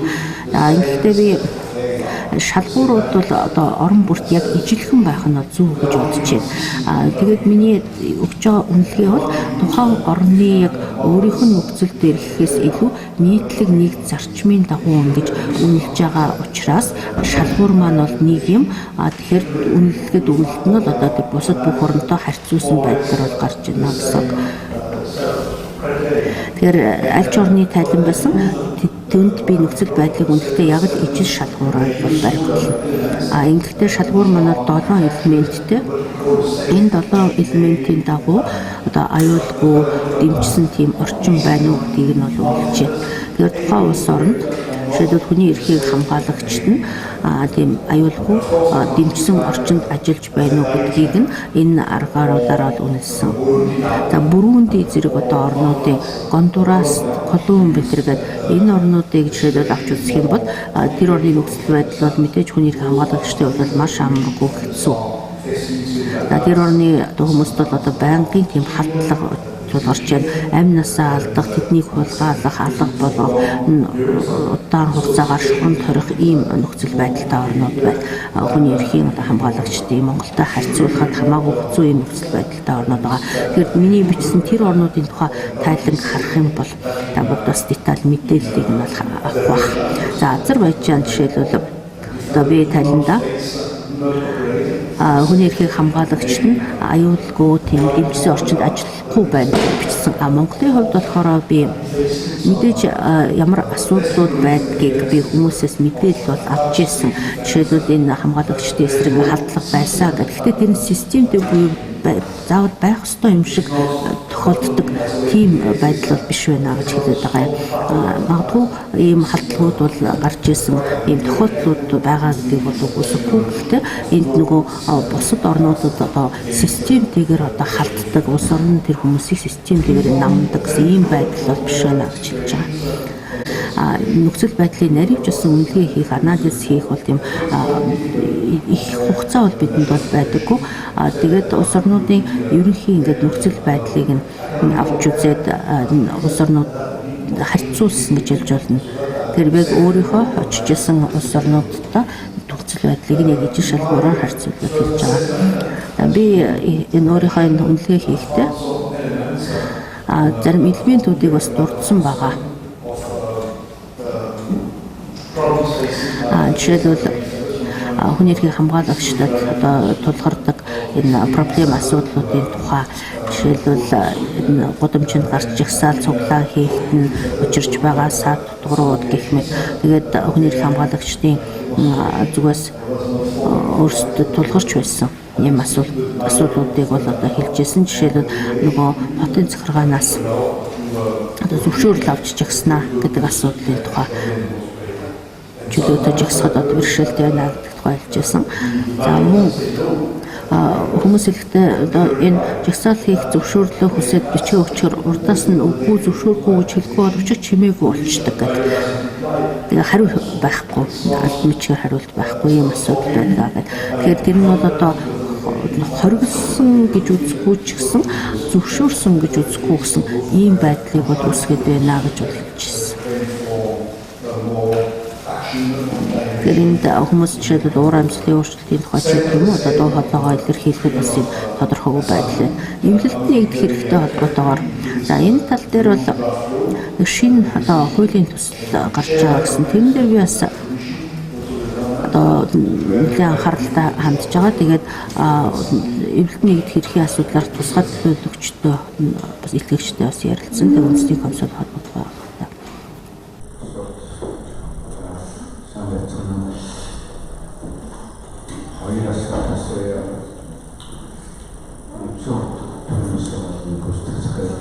одоо нэгдүгээр асуудал Өмнөхийн хамгаалагчдын томхлын 14 дугаар заасан омбудсманы тухай асуудал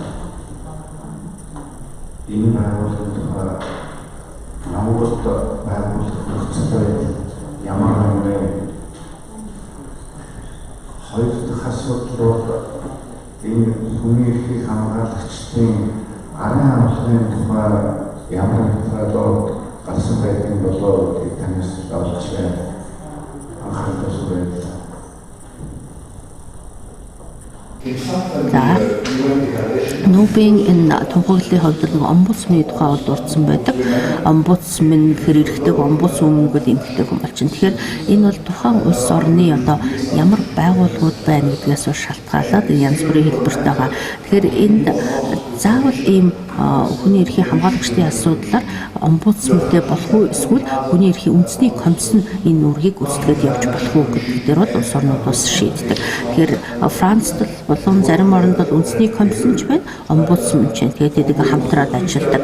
Миний бодлоор одоо тухайн улсад яг энэ хүний эрхийн чиглэлээр яг мандат чи үүргээ аваад ингээд хүний эрхийн хамгаалагчдыг хамгаалах асуудлыг ч гэсэн бас хариуцаад явах боломжтой ийм байгууллага байгаа нөхцөлд одоо заавал омбудсман байх шаардлагатай биш. Тэгэхээр энд албан ёсоор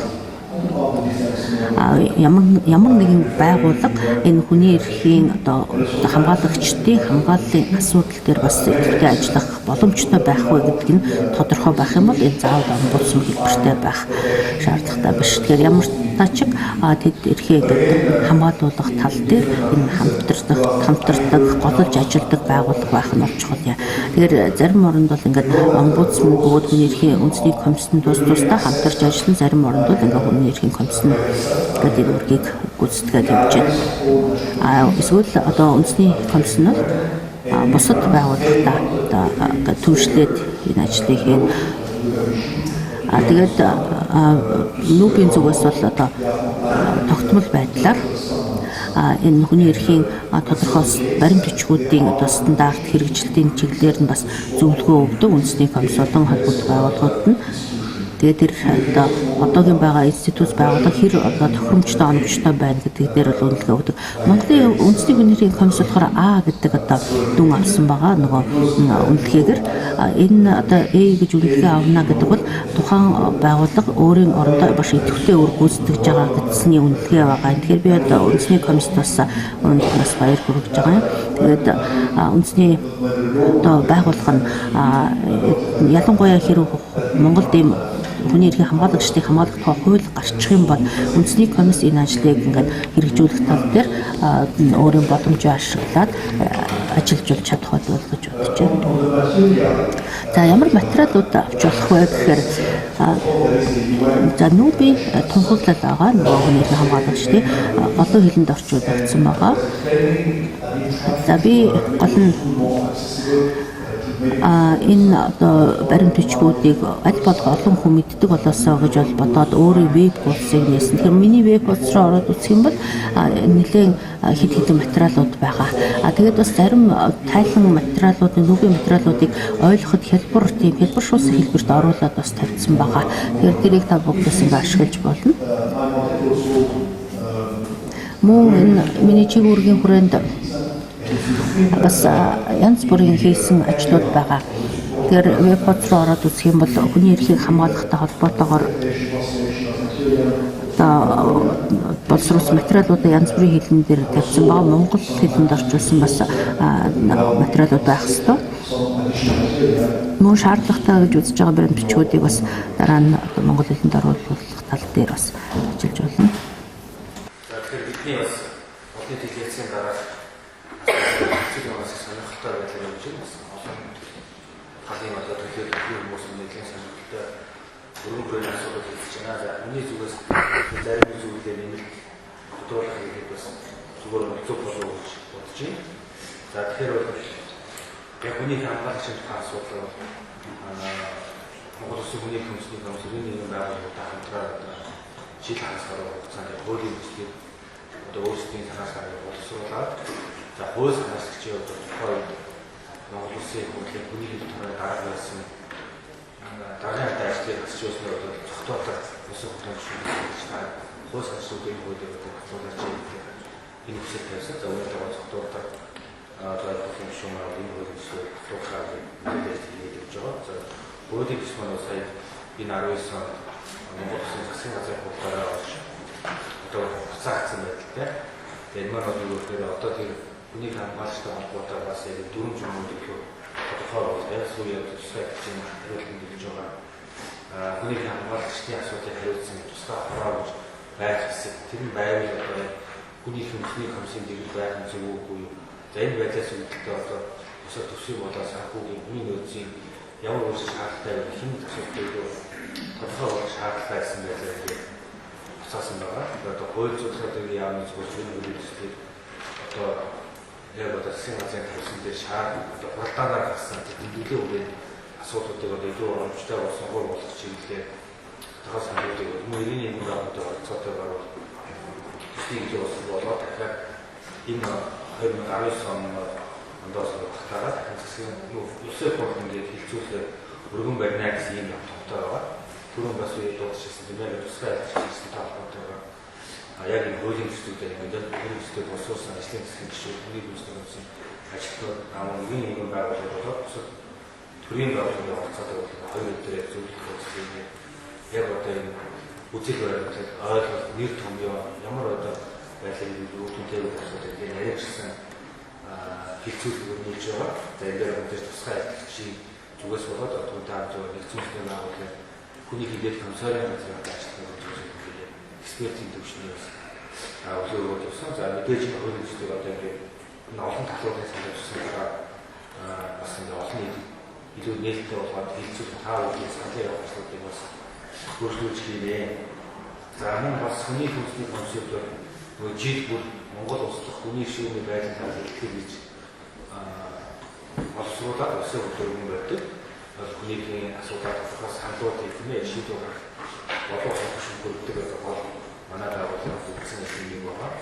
За энэ хэлхийгээр маань 2014 онд өргөн барьсан одоо хэлхийгээр хүний хамгаалагчдын эрхийн хэлтсэн бүлгээр бол нэг бүлэг оруулсан байдаг. За энэ та манай хүний төслийн сайтаас бүрийхээр англи болон монголоор хэлсэн боломжтой. За энэ дээр бол хүний хамгаалагчдыг бол уран бүлгийн хүрээлэн гэж авч үзсэн. Нэгдүгээр хууль ёсны одоо төрийн албан үүргийн дагуу хүнийг хамгаалж буй хүмүүс гэдэг энэ дотроо бол одоо шүүгч, прокурор, цагдаа, шүүгчид гүйцэтгэх одоо хууль сахиулах байгууллага албан хаагчдыг хамруулж байгаа. Энэ нь өөрөө хүний эрхийг хамгаалж гэдэг ойлголт илүү өргөн хүрээнд очсон.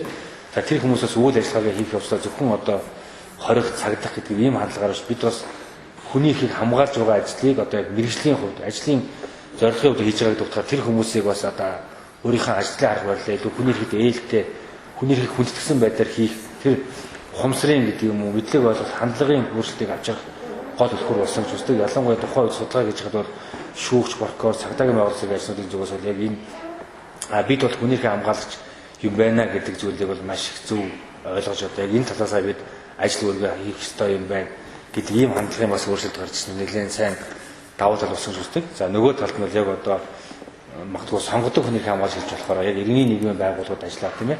Өөрийн эрх ашигын төлөө биш, бусдын эрх ашигын төлөө, нийтийн эрх ашигын төлөө ингэж тодорхой цаг зав оюун ухаанаас зарцуулаад тодорхой эрсдлээс айлгүйгээр ингэж ажиллаж байгаа тийм одоо иргэний нийгмийн байгууллагуудыг нэвтэрхтэн хүний эрхийн зүтгэлтнүүдийг ингэж дурдж тэр хүмүүс тулгарч байгаа бэрхшээлүүдийг авч үзсэн.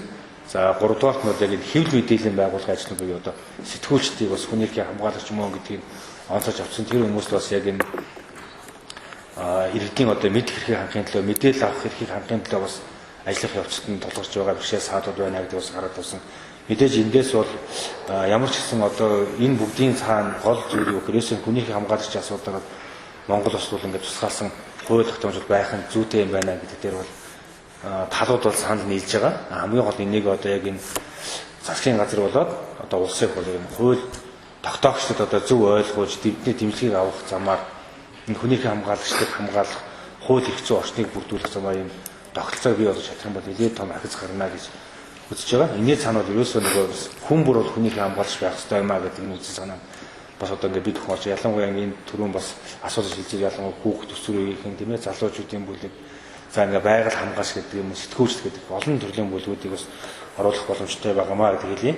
За мөн нэмээд хэлгээд бол түрүүн бас энэ Монгол улсын хувьд бас энэ нэгдсэн үндэсний байгууллагуудад тусгай процедурын одоо хүрээнд хамаардаг энэ тусгай илтгэгч нарыг бол нээлттэй өрсөн байгаа. Тийм учраас сүүлийн бас энэ 3 жил гаруй хугацаанд бол нэгдсэн үндэсний байгууллагын олон тооны тусгай илтгэгчд бол Монгол улсад ажиллаж ингээд тодорхой сан зөвлөмжүүд өгөөд засгийн газарт зөвлөмжүүд өгөөд явж байгаа. Тухайл одоо Мишель Форст хүнийхэн тусгай илтгэгч хүнийхэн хамгаалагчдын асуудал харсан тусгай илтгэгчээс гадна уугуул хүмүүс үндэсний цонх хэрэг асуудал харсан тусгай илтгэгч хүрээлэн буу орчин ба хүнийхэн асуудал тусгай илтгэгч нар бас мөн 22 жил хугацаанд ажиллаад дүгнэлтүүдээ хийгээд явсан. За яг энэ 7 хоног буюу одоо 9 сарын 2-оос 11-ний өдрүүд бас мөн гадаад үр ба бусад санхүүгийн хувьд хүлээсэн олон улсын үүрэг хариуцлага ба хүний эрх гэсэн асуудлаар бол нэгдсэн үндэсний байгууллагын бас мөн шинжээч энэ Бахаловский гэдэг бас бие даасан шинжээч бол мөн ирээд бас Монгол улсад ажиллаж байгаа. Яг одоо энэ доод ажил өчигдөр бол хүний эрх үндэсний комиссарт орж бас уулзалт хийсэн байгаа. За тэгээ энэ бүгдийн үйлчлэгээнд бол өөрөө Монгол улс хүний эрхийн хувьд одоо хэр ахиц хвшилтэй явж байгаа юм Монгол улсын одоо төр засгийн газрын зүгээс нэгдсэн үндэсний байгууллагын дүрм заасан болоод бусад олон улсын гэрээнд заасан үүрэг хариуцлагатай хэрхэн биелүүлж байгаа гэдгийг одоо хөндлөнгийн нүдээр яг хараад бидний зүгээс цаашид хийх ёстой одоо ажил үргэлж илүү чиглүүлж илүү бодиттой болгоход чиглүүлсэн тэр үнэхээр сан зөвлөмжүүдийг бас өгч явдаг. За энэ тал дээр бол бас хүний эрх үндэсний бодлогод бусад төрлийн байгууллагууд бол бас анхаарч тодорхой зөвлөмжүүдийг хэрэгжүүлэх дээр бас нийтээдгүй тийм ойлгоцож тусгай анхаарал тавьж сандуулд бас илүү бас ахиц гарч байгаа гэдэг бас хэлхийг хүсэж байна. За мөн одоо яг энэ тусгай ажлын зэрэгцээ бас UPR буюу одоо хүний эрхийн ээлж дүгнэлт хэлцүүлэг гэдэг тийм ээ 4 жил тутам одоо улс орон бүрийн хүний эрхийн асуудлыг ингээд тодорхой асуудал хувь хүн бүлгээс хамаарахгүйгээр ерөнхий байдлаар навч үздэг үгэндэг зөвлөмж өгдөг юм томоохон механизм бас байгаа. За одоо Монгол улсад яг энэ 2019 онд бол 3 дахь удаагийн үндэсний илтгэлээ хэлэлцүүлэхэд бэлдэж байна.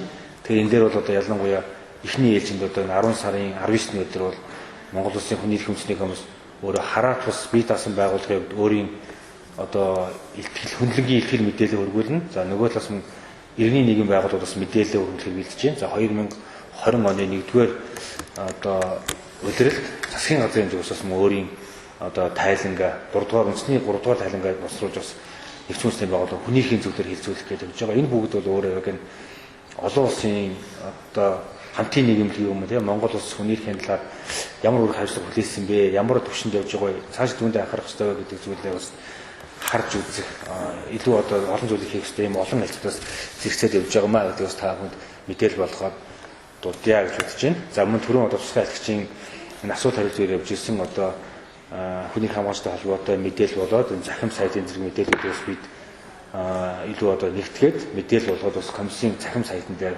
бас оруулъя гэж бодож байна. Тэгэхээр та бүхэн илүү дараа бэлэнгүй мэдээллүүдийг бас тийм дээр бас авах боломжтой хаа гэж найдаж байна. За ингээд яг одоо ер нь бол цаг маань бол болж байна. Одоо яг тодорхой асуулт сандууд байна гэсэн одоо 2 хүн байвал би аваад бас одоо хуваарийн хөтөлбөрийн дагуу бол бас ерөөдөө энэ өнөөдрийнхөө олон нийтийн лекцийг бас одоо өндөрлөх талдаа бас олон зүг болов уу гэж бодож байна. За яг одоогоор ингээд тодорхой саналтай асуулт бүхий хүмүүс бас гаргахгүй юу? Цаас орцгоо та бүхний менежментийг ер нь мэдчихэж байна. Тэгээд тусгайлтчид уулзж байгаа дээр бас нэг хэлчмээр тайлбар бас нэг санал бас нэг асуултын 3 зүйлийн талаар ярилцгийг явуулсан. Монгол улсад өнөөдөр би ярилцж байгаа зүйл байдалтай таатай сайхан байвал бас тийм таатай сайхан биш.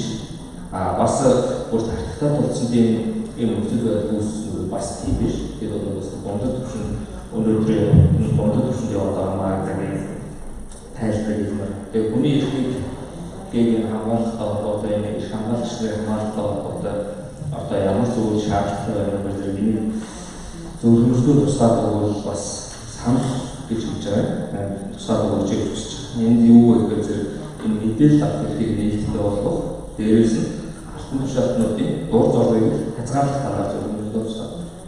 Энэ дур зорилгыг хязгаарлахгүйгээр бидний ярьж байгаа зүйлүүд өгөхгүй. Дээрээс нь бүрийн эрхтэй хязгаарлалтын болоод маш их зөрчилтэй асуудал өнөөдрийн улс хурлын үүсэж байгаа нөхцөлүүдийн асуудлын хэмжээнд оролцуулалтын бүх уршин орхиг нь одоо энэ юм байна. Ийм байгаа учраас энэ зөвхөн зөвхөн гэж хүсэж байгаа. Хамгийн сүүлд нэг асуудал энэ ямар асуудал вэ? Хүний эрхийг хамгаалагч гэдгийг тодорхойлсон тодорхойлдог бодит шалгууруудын олоос хэлэгдэх юм болов. Энэ талаар өнөөдөр бас зарим нөхцөлөдлийг харахад хүний эрхийг хамгаалагчийн хөрөх бодит нөхцөлөөс хөлбөртөө үйл ажиллагаа явуулдаг юм бас зарим нөхцөлөдлөд ажилладаг байдаг. Тэгэхээр энийг хоёр хуулийг одоо балансыг барих ийм одоо шалгуур үзүүлэлт судалгааны материалууд өгөн талаар мэдээлэл өгч байна. За би засгийн газарт одоо тайлангаа өгтөө Монголд одоо хийсэн тухайн үеийн тэр ажлын сүүлийн өдөр өгсөн. Тэгэхээр тэр тайлангийн хувилбар бол мэдээж сүүлийн хувилбар бол биш байгаа. Үүн дээр бас нэмэгдэж бас материалууд аваад тайлангаа бол одоо шинжилээд явж байна. Тэгээд тайлангийн сүүлийн хувилбарыг үзэх юм бол энэ дотор бас нэлээд нэмэлт материалууд бол орсон байгаа. Өмнөх хувилбартай харьцуулахад тэгээд Монголд нөгөө мэдээлэл авах хэрэгтэй холбоотой санаануудыг бас оруулж өгсөн байгаа. Тэгээд тайлангийн өөрийнхөө үнэлгээг бол өгсөн байгаа. За мэдээж хэн одоо хүний эрхийн хамгаалагч гэж тооцоодох вэ гэж хариулахад их хэцүү. Яг тэр нүүбийн тодорхойлолтыг авч үзэх юм бол энэ их одоо өргөн хүрээтэй утга харагдаж байгаа. Энэ бол хувь хүмүүс байж болно, зохион байгуулалтанд орсон бүлэг байж болно. Одоо хүний эрхийн асуудлыг хүчирхийллийн бус инхтэй юмны аргаар шийдвэрлэхийг хүсэж байгаа. Одоо идэвхтнүүд гэсэн санаагаа тэр би өөрийнхөө танилцуулгандаас дурдчихсан ийм хүний эрхийн хамгаалагч гэдэг нь болохоор нийгмийн аж бүлгийн хүн байж болно гэж. Тэгээд тэр нь болохоор аль нэг байгууллагт харьяалагдах албатай биш. Тухайн хүн ганцаараа хуваараа ингэж тэмцэж байгаа ч хүмүүс байж болно гэсэн байгуулагч байж болно. Зарим оронд бас төрөөс одоо байгууллагуудыг үүсгэн байгуулад тухайн байгууллагууд нь болохоор одоо хүний эрхийн хамгаалагч болж ажиллана гэхээр энд бас асуудалтай бэрхшээлтэй зүйлүүд бол гардаг. Яагаад тэгэхээр энд улсын төрийн мөнгөөр ингэ ажиллаж байгаа үед тэд бас яг жинхэнэ хүний эрхийн хамгаалагч байж чадахгүй гэдэг асуудал гарч байгаа. Тэгэхээр яг жинхэнэ хамгаалагч нь хэн бэ гэдэг тухай бас яриануд бол байдаг. Тухайн хүмүүс нь жинхэнэ одоо хүний эрхийн хамгаалагч нь мөн эсхийг ямар үйлдэл одоо гаргаж яана гэдгээр нь харах юм байгаа. Түүнээс ч хүний эрхийн хамгаалагч зэрэг ийм хүмүүсийг хэлнэ гэсэн тийм жигсаалт бол байхгүй. Ерөнхийдөө гол тэр үзэс надлаас бол одоо хүмүүс дангаараа болон одоо бүлэг болоод хүний эрхийн одоо хамгааллын төлөө тэмцэж байгаа хүмүүс юм аа. Тэгэхээр тэр дотор нь ямар хүмүүс байна гэдгийг бол ингэж ялгаж салгаж харахад бас мэдээж хэцүү. За хуулийн төсөл дээр бас энэ тухай санаануудыг оруулсан байлаа. Тэгээ би юу гэж зөвлөсөн гэхээр энэ тал дээр хуулийн төсөлдөө нүүбийн тунхаглалыг иш татах буюу тунхаглалын заалтуудаас оруулж ирснээр хүний эрхийн хамгаалагч хэн бэ гэдэг олон улсын нормыг хуулинд багтааж өгөх зүгээр юм болов гэж зөвлөж байгаа. Тэгэхээр үүнийг бас одоо хуулийн төсөл дээр ажиллаж байгаа хүмүүс хүлээж авах байх. За өөр асуулт байх бол өнөөдрийн маань лекц өндөрлөө явж бодож байна. За тэгээд бас хаалтын үг хийж Ганбаяг шүүхлэхээс өмнө бас Улсын айлч Мишель Дурс таныг бас өнөөдрийн лекцэд өгнөж бас цөөн давж өгдөл чигнөө гэж хүсэж байна.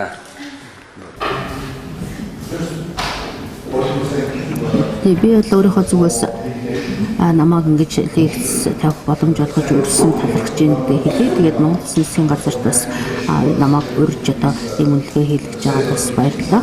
Тэгээд ийм уулзалтуудыг зохион байгуулж байгаа талархаж байна.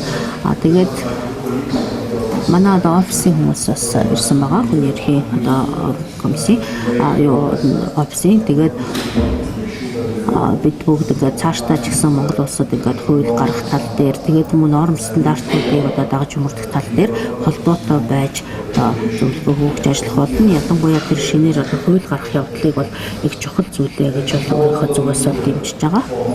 Тэгээд энэ бол Монгол улсад хэрэгтэй. Нөгөө талаас энэ хууль ингэж гарснаар Аазтаа бас одоо бусад орнууд үлгэрлэх болцоо гэж бодож байна. Бусад орнуудад иймэрхүү хуулиуд бол явандаа бол гарах бах. Тэгээ явандаа Монгол улсыг бүсийн орнуудын засгийн газар нь ураад яаж юм хууль гаргадаг вэ гэдэг зөвлөгөөг монголчуудаас авах байхаа гэдэгт итгэлтэй байна. Тэгээд нийт олонсогч нартаа баярлалаа. Сайхан асуултууд тавьсан баярлалаа. Тэгээд цаашдаа бид нар бас үргэлжлүүлээд харилцаатай байх боломжтой байхаа. Монгол бас дахин ирэх боломж бол гарах байхаа гэж бодож байна. Ямар өөрчлөлт гарч байна, хуулиа хэрхэн одоо гаргаж байна, өөр ямар механизмууд бол бий болж байна гэдгийг бол ажиглана гэж бодож байна. Баярлалаа. Монгол улсын хүний эрхийн үндэсний комиссийн урилгыг үлийн авч та бидэнд тодорхой хүний эрх хамгаалагчдын сэдвээр та бидэнд сонирхолтой дээгц хийж өгсөн одоо эгчүүцний байгууллагын хүний эрх хамгаалагчдын асуудлаар тусгай илтгэгч Мишель Форст-Вайт хүний эрхийн үндэсний комиссийн өмнөөс болон энд өнөөдөр хүрэлцэн ирсэн та бүхний нэрийн өмнөөс одоо ажилд нь амжилт хүсэж амьдралд нь сайн сайхан бүхнийг хүсье өрөөё.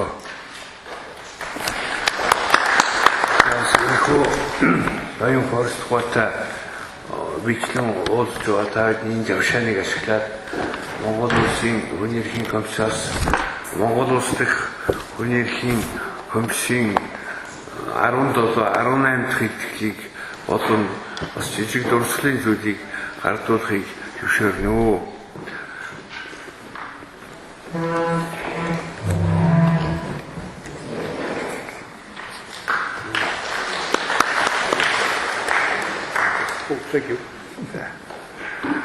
За өнөөдрийн нэг санамжлалтай болсон тул энэ төрөлцөн ирсэн та бүхэнд талархснаа хэлье.